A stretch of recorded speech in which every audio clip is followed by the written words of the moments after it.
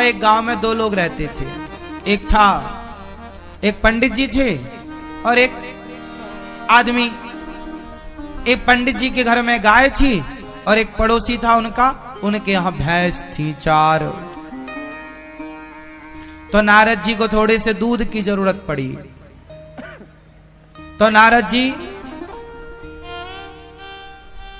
रामलाल के पास चले गए। रामलाल मतलब जिसके पास 4 भैंस थी।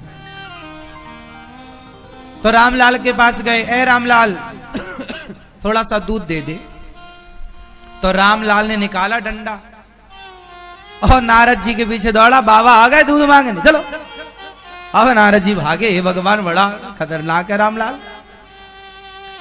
नारद जी बोले अच्छा पंडित जी के पास गए, पंडित जी राम राम, थोड़ा सा दूध चाहिए, क्या मिलेगा? हाँ हाँ महाराज आओ।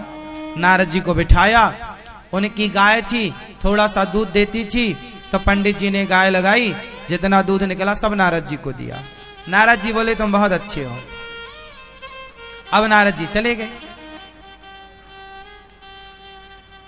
6 महीने बाद फिर नारद जी को दूध की जरूरत पड़ी। तो नारद जी फिर आए। तो नारद जी ने देखा कि रामलाल के घर में 10 भैंस हैं।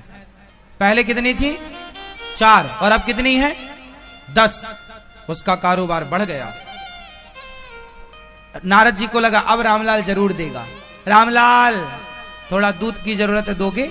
रामलाल बोला तू वही बाबा है ना? आया, फिर लेके लाठी दौड़ा।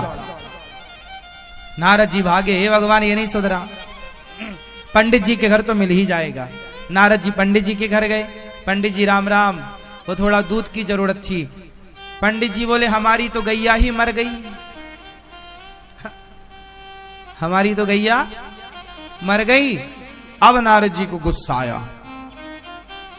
कि भगवान का नियम बिल्कुल गलत है। क्यों? अरे जो पंडित जी बेचारे हमारी मदद कर रहे थे, सबकी मदद करते हैं, उनकी तो गैया ही मर गई। और जो किसी को एक बूंद दूध देने को तैयार नहीं, किसी की हेल्प नहीं करता, उसकी 4 से 10 हो गई। कैसा विधान है ईश्वर का? जो अच्छा करता है उसका बुरा होता है और जो बुरा कर रहा है उसका अच्छा हो रहा है। ये भगवान का कानून बहुत खराब है। नारद जी गुस्से में, आंखें लाल लाल, गए मुंह फुला। हे भगवान। भगवान जी लेटे, चरण दबा, लक्ष्मी जी दबा रही। नारद जी बोले थोड़ा उठ के घूमा भी करो, दिन भर लेटे ही रहते हो, क्या क्या हो रहा है आपको कुछ पता ही नहीं है। भगवान बोले क्या हुआ? बोले आपका कानून बदलो। क्या गड़बड़ है? बोले वो पंडित जी उन्होंने मेरी मदद की, तो आपने उसकी एक गैया थी वो भी छीन ली, और वो भैंसासुर के पास 4 थी तो उसके पास 10 हो गई। जो बुरा कर रहा है उसको तो आप बढ़ा रहे हो, और जो अच्छा काम कर रहा है उसको आप और बिल्कुल लुटिया डुबा रहे हो उसकी। भगवान बोले नारद जी आप समझे नहीं, क्या है समझाओ। भगवान का विधान सही है कि गलत है? सही है। तो फिर उसकी भैंस तो बढ़ गई और उसकी गाय मर गई। कि ये जो पंडित जी हैं ना, ये दिन भर हमारा नाम जपते हैं, दिन भर हमें याद करते हैं,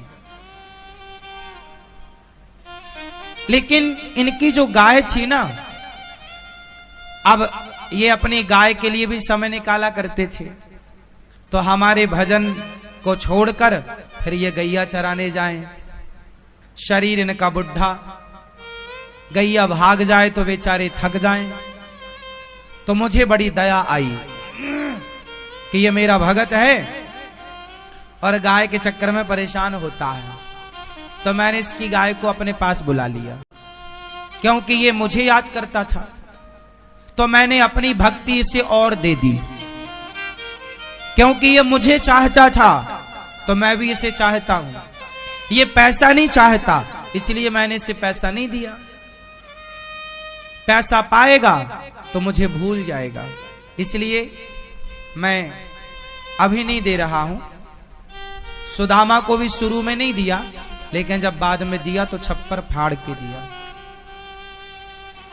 और सुनो, ये जो तुम्हारा रामलाल था भैंस वाला, ये कभी मेरा ध्यान करता ही नहीं था, भगवान का भजन करता ही नहीं था, इसका पूरा ध्यान भैंसों में था। तो मैंने इसे और भैंसें दे दी कि भैंस में ही मन लगाए तो और लगा। तो जिसका ध्यान जहां लगेगा मैं उससे वो चीज देता हूं। तुम्हारा मन भगवान में लगेगा तो भगवान अपनी भक्ति दे देंगे, तुम्हारी भक्ति में जो बाधा है वो बाधा भी दूर कर देंगे।